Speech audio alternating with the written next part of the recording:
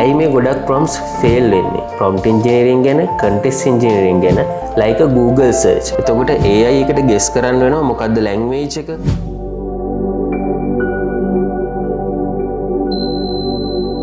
කොහොමද ඉතින්? ඔයාලා දන්නවා AI කියන එක දැන් අලුත් වචනයක් නෙවෙයි. අපි එදිනදා ජීවිතයේදී වැඩවලදී මේ AI කියන එක පාවිච්චි කරනවා එක එක විදියට. හැබැයි ගොඩක් මට දකින්න ලැබෙන ප්‍රශ්නයක් තමයි ගොඩක් දෙනෙක් කියන ප්‍රශ්නයක් තමයි මේ එකම ටාස්ක් එකට එකම මොඩල් එක පාවිච්චි කරත් ලැබෙන රිසල්ට්ස් එක එක වෙලාවට එක එක විදියයි කියලා. අන්න ඒ ගැන තමයි අපි අද කතා කරන්නේ. අපි බලමු කොහොමද මොඩර්න් විදියට මේ ප්‍රශ්නෙට අප්‍රෝච් කරන්නේ, ඒ වගේම කොහොමද මේකට විසඳුම් හොයන්නේ කියලා. ඒතර අද අපි වීඩියෝ එකකින් කතා කරනවා prompt engineering ගැන, context engineering ගැන. ඒ වගේම ඒජන්ටික් ඇප්‍රෝචස් පාවිච්චි කරලා කොහොමද අපේ රිසල්ට්ස් හරි විදියට වැඩි දියුණු කරගන්නේ, ඒ වගේම අපි බලාපොරොත්තු වෙන අවුට්කම් එක නැත්නම් අපි බලාපොරොත්තු වෙන රිසල්ට්ස් කොහොමද හරියට ලබා ගන්න කියලා. අපි යමු වීඩියෝ එකට. පහුගිය අවුරුදු 2-3 පුරාවටම prompting සහ prompt engineering කියන එක බොහෝ දෙනා අතර කතාවට ලකුණු මාතෘකාවක්. prompt engineering කියන එකට jobs පවා නිර්මාණය වුණා. දැන් ඔගොල්ලෝ දන්නවා අත්දැකීමෙන්ම prompt එක අපි පුළුවන් තරම් improve කරන්න ඒකෙන් ලැබෙන results ඒ වගේම අපිට ලැබෙන output හොඳයි. හැබැයි දැන් තියෙන technologies එක්ක තව දුරටත් ඒ කියන්නේ අපි මේ ලෝකේ තියෙන හොඳම AI model එක පාවිච්චි කරත් තවමත් අපිට අපි බලාපොරොත්තු වෙන output ගන්න බෑ. ප්‍රධාන වශයෙන්ම මේ prompt engineering කියන එක විතරක් අද මදි අපේ වැඩ කරගන්නවා. software engineering field එකේ ඉන්නවනම් මේක හොඳටම experience කරලා ඇති කියලා මම හිතනවා. එතකොට ඇයි මේ ගොඩක් prompts fail වෙන්නේ? තවමත් ගොඩක් දෙනෙක් මේ prompt use කරන්නේ නැත්නම් prompt ලියන්නේ like a Google search එකක් කරන විදිහට. හිතන්න ඔයාට ඕනේ කියලා login page එකක් හදාගන්න. එතකොට ඔයා කියනවා මේක login page කියලා. හරි. හැබැයි AI එක හිතන්න ඕනි එතෙන් එහා සියලුම දේවල්. උදාහරණයක් විදියට ඔයාට login page එකක් හදාගන්න ඕනේ නම් ඔයා තමයි දන්නේ මොන language එකද use කරන්න ඕන, මොන framework එකද පාවිච්චි කරන්න ඕන. මේක නිකන් just front end app එකක් විතරයිද? මේකට back end එක කොහොමද ලියන්නේ? databases handle කරන්නේ කොහොමද? මේ කිසිම දෙයක් කියන්නේ නැතුව ඔයා AI එකට කිව්වොත් මේක login page කියලා, එතකොට එයා hallucinate වෙන්න පුළුවන්. එහෙම නැත්නම් ඔයාට අදාළ output එක ඒ විදිහටම නොලැබෙන්න පුළුවන්. ඇත්තටම ඒක AI එකේ ප්‍රශ්නයක් නෙවෙයි. නැත්නම් ඔයා outcome එක set කරන විදිහේ ප්‍රශ්නයක්. අන්න ඒක තමයි අපි මුලින්ම විසඳ ගන්න ඕන ප්‍රශ්නේ. ඔයා දැන් දන්නවා prompting කියලා කියන්නේ instruction එකක් දෙන එකට සරලවම. හැබැයි context engineering කියන එක ඊට වඩා වෙනස් වෙන්නේ අපි එයාට දෙන්නේ context එකක්. නැත්නම් නිකන් sentence එකක්වත් instruction එකක්වත් නෙවෙයි. කොහොමද මේ context එක AI එකට දෙන්නේ කියලා අපි බලමු. context engineering යටතේ basicsම කොටස් 4ක් තියෙනවා. මේ කොටස් 4 අනුගමනය කරොත් අපිට පුළුවන් හොඳ output එකක් ගන්න. අපි බලමු මොනවද මේ කොටස් 4 කියන්නේ. role, task, context and output format.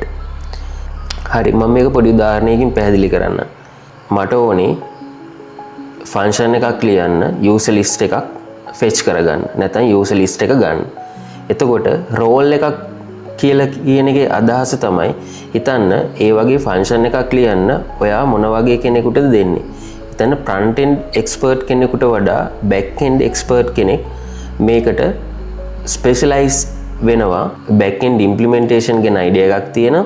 එතකොට front end expert කෙනෙකුට වඩා back end expert කෙනෙකුට පුළුවන් මේ function එක handle කරන්න. right? එතකොට role එක වෙන්නේ අපිට කියන්න පුළුවන් act as a back end expert. දෙවනියට task එක. task එකට ඔයාට සරලවම දෙන්න පුළුවන් I want to make a function to fetch users. context එක කියන්නේ මොකද්ද? context එක කියලා කියන්නේ ඔයාගේ repository එක context එක විදිහට attach කරන්න පුළුවන්. එතකොට AI ඔයා පාවිච්චි කරන AI tool එක හරි එහෙම නැත්නම් ඔයා පාවිච්චි කරන AI model එක හරි දන්නවා මෙන්න මේ project එක ඇතුලේ තමයි මේ ඔයාට function එක ලියන්න ඕනි. එතකොට ඒකේ පාවිච්චි කරලා තියෙන existing standards මොනවාද?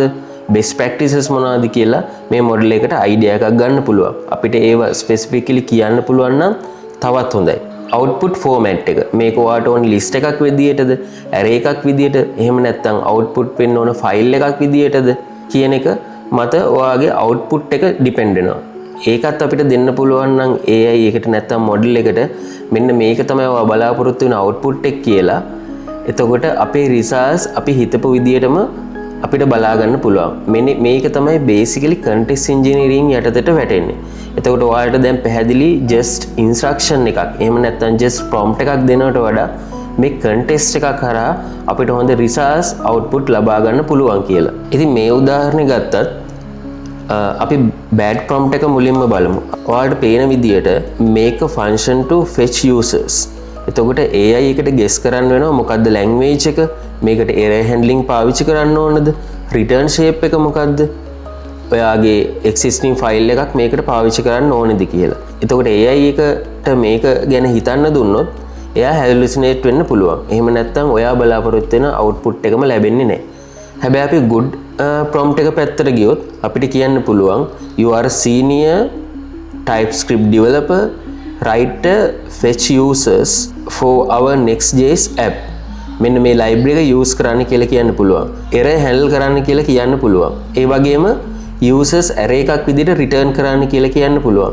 එතකොට මෙතන role එක අපි define කරලා තියෙනවා, task එක define කරලා තියෙනවා, contest එක define කරලා තියෙනවා, output එක define කරලා තියෙනවා. එතකොට අපිට හොඳ output එකක්, හොඳ result එකක් මේ AI එක through ලබා ගන්න පුළුවන්. හරි. දැන් ගොඩක් දෙනෙකුට ප්‍රශ්නයක් ඇති. අපි prompt engineering ගැනත් දන්නවා, context engineering ගැනත් දන්නවා. හැබැයි අපි මේ context engineering කියන එක යටතේ මේ steps හතරම follow කරන්නේ නැහැ නේ. සමහර වෙලාවට file එක attach කරනවා. හැබැයි සමහර වෙලාවට files attach කරන්නේත් නැතුවම හොඳ results එනවා කියලා. ඔයා පාවිච්චි කරන tool එක cursor වෙන්න පුළුවන්, Claude වෙන්න පුළුවන්. ඒ වගේ tools පාවිච්චි කරද්දී කොහොමද හොඳ results එන්නේ කියලා. ඒකෙන් කියන්නේ නැහැ ඔයා already contest එක දීලා නැහැ කියලා. ඔයා ටික කාලයක් ඒ project එකේ වැඩ කරගෙන යද්දී automaticallyම ඒක ඔයාගේ patterns repository එක handle වෙන විදිය මේ tools cache කරගන්නවා. ඒක නිසා next steps වලදී නැත්නම් next task වලදී අපි මුලින් ඉඳන් project එක පටන් ගත්තා වගේ ඔයාට full contest එක දෙන්න ඕනේ නැහැ. හැබැයි ඔයා හිතන්න එකම project එකේ වුණත් අලුත් feature එකක් හරි අලුත් task එකක් හරි පටන් ගන්නවා කියලා. එතකොට අන්න ඒ වගේ දෙයකදී සමහර වෙලාවට AI එකට idea එකක් නැති වෙන්න පුළුවන් existing file reference එක තිබුණා. අන්න ඒ වගේ වෙලාවට ඔයාට මේ full contest එක දෙන්න පුළුවන් නම් අපිට මේ output එක තවදුරටත් improve කරගන්න පුළුවන්. හරි. අපි prompt engineering ගැන කතා කරා, context engineering ගැන කතා කරා. මොකක්ද ඊළඟට තියෙන්නේ? ඊළඟට අපි කතා කරන්නේ modern විදියට කොහොමද මේ prompt engineering සහ context engineering පාවිච්චි කරලා agents ලත් එක වැඩ කරන්න කියලා.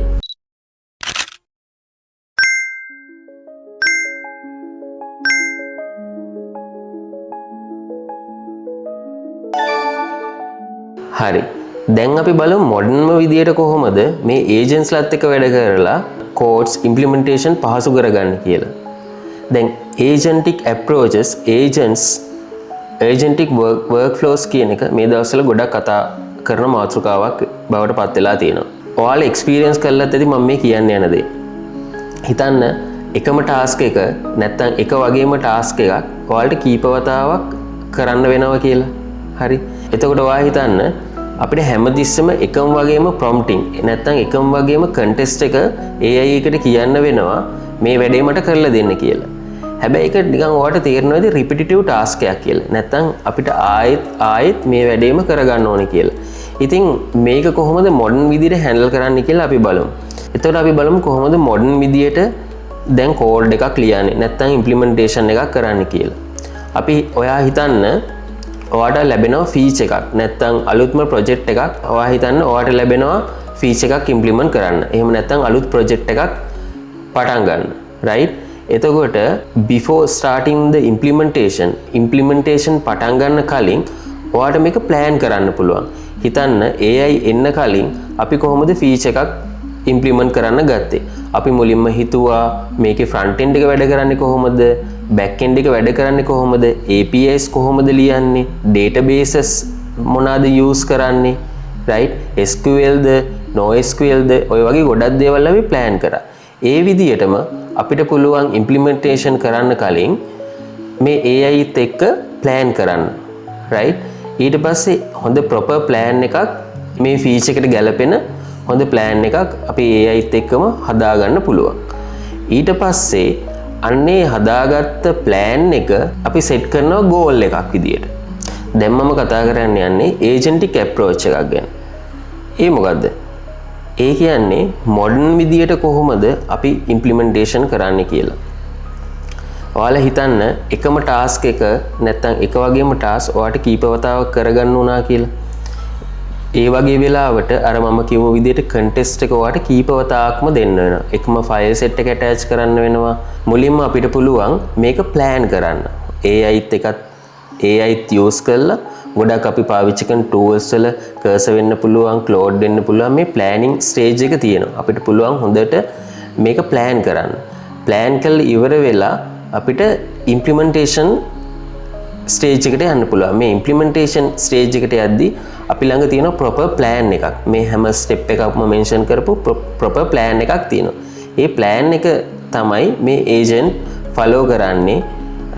ඊට පස්සේ implementation එක step by step ඉවර වුණාට පස්සේ verification process එකකුත් agent විසින්ම automatically යන විදියට අපිට මේක හදන්න පුළුවන්.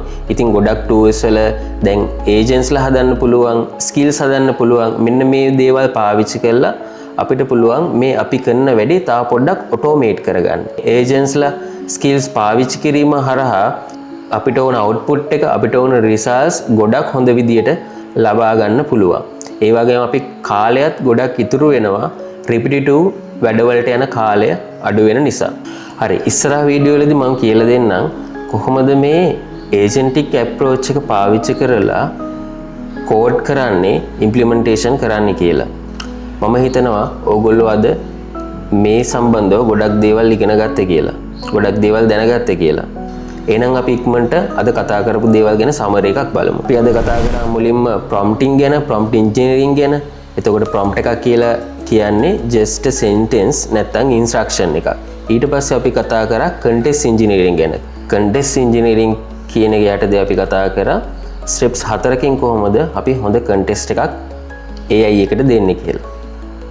ඊට පස්සේ agentic approach planning stage එකක් තියෙනවා, acting stage එකක් තියෙනවා, verify stage එකක් තියෙනවා. මේක අපි තවදුරටත් ඉස්සරහා වීඩියෝස් වලදී කතා කරමු.